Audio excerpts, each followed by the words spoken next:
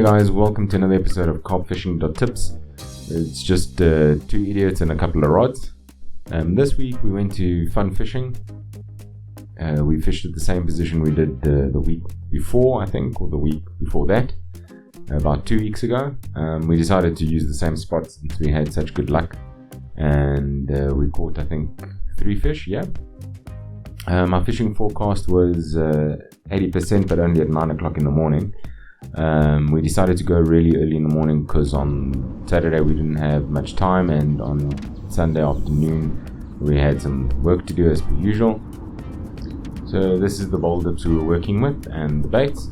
On the one rod we had Tutti Frutti mealies from Supercast with fish zero garlic floats. They're these zero gravity floats. They're 10 mils in size, and we had detonated dip attractor mulberry bowl dip. On our other rod we had Highball Sniper, strawberry mealies from Power Baits, and fish zero garlic floats, also the 10 mils. We really like those. They've produced for us in the last couple of sessions, so they really are a good addition to your tackle box. I'd highly recommend them.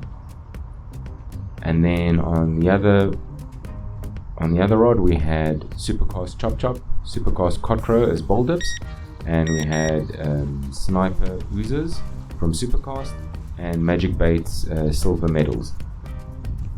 And then on our last rod we had our normal banana hard floaties with garlic bullet backing from Signature Series on the back on the bottom hook. We tend to interchange it. Sometimes we'll put it on the top hook, sometimes we'll put it on the bottom hook, just to see if it makes any difference. The hard floaties are from A to Z Baits, and it's banana flavor, and our Signature Series Bandlick bowl dip on that one. And that was our kit for the day. We started out at around 7:30. We put our rods in, and we were quite hopeful that we'd catch something, not because of anything, but just because we were there so early. So we thought we'd definitely get a catch on the day. The day was really mild, it was nice, there was a little bit of cloud cover, it wasn't too hot, and the temperature was rising slowly. We also did see quite a few risers, so there was definitely activity on the water, just not sure where the fish were actually hiding. And then we started to see fish coming on the surface, and we decided to try putting out a floating bait. So we put a 10 mil garlic zero float with a strawberry mealie on a hook on our tiny little blue telescopic, and we started to try and get the fish, we tried to put the bait right in front of the fish's nose. And I'll tell you what, this kind of surface fishing is actually quite difficult. I think it would have been easier if we had some bread or some freebies, as we call it in the carp game, some free bait for them to get attracted by and interested in, and then just drop your trap, in inverted commas, in the middle of the freebies, and then normally it's easier to get a take that way. But these fish were unbelievably close to the surface. This was at around 10:30 in the morning. I just kept seeing fish come right past the swim, and every time I saw them come past I was like, man, why are these fish up but they're not going down? But we did see a couple of the fish come across the top, and then round about more or less where we'd cast, you'd see them go down. Well, what looked like they were going down in the water column. That's what we thought was going on.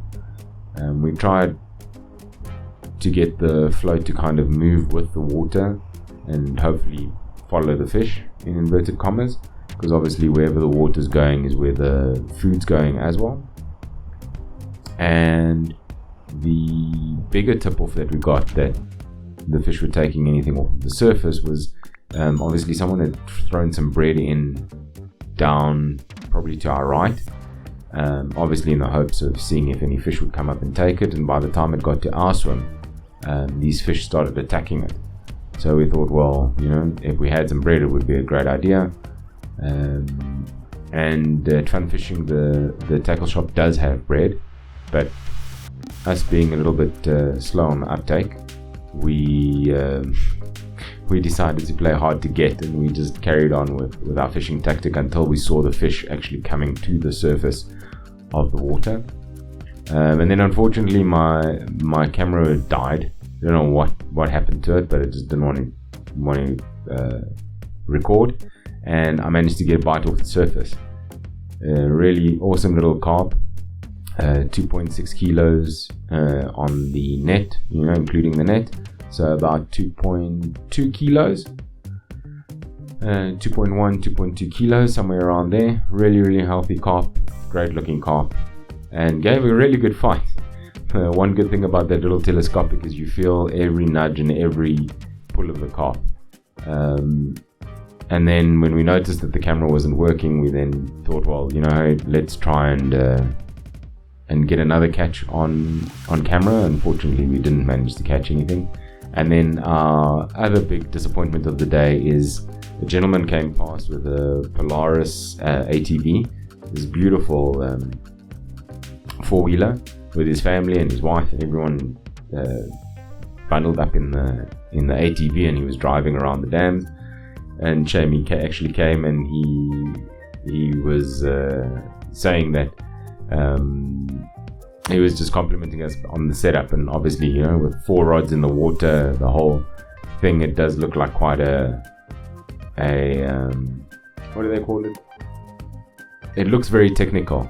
But I said to him at the time, he said to me, you know, you look like a really good fisherman. I said to him, I tell you what, I'm unbelievably great at watching the rods and making sure that they do nothing. But you know, hey, we try our best. Anyway guys, that's us for this week. Short and sweet.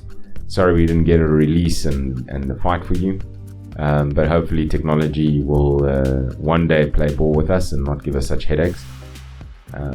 But thanks again for watching, thanks for subscribing. Hit that like button and give us a comment down below and tell us what you use for floater fishing.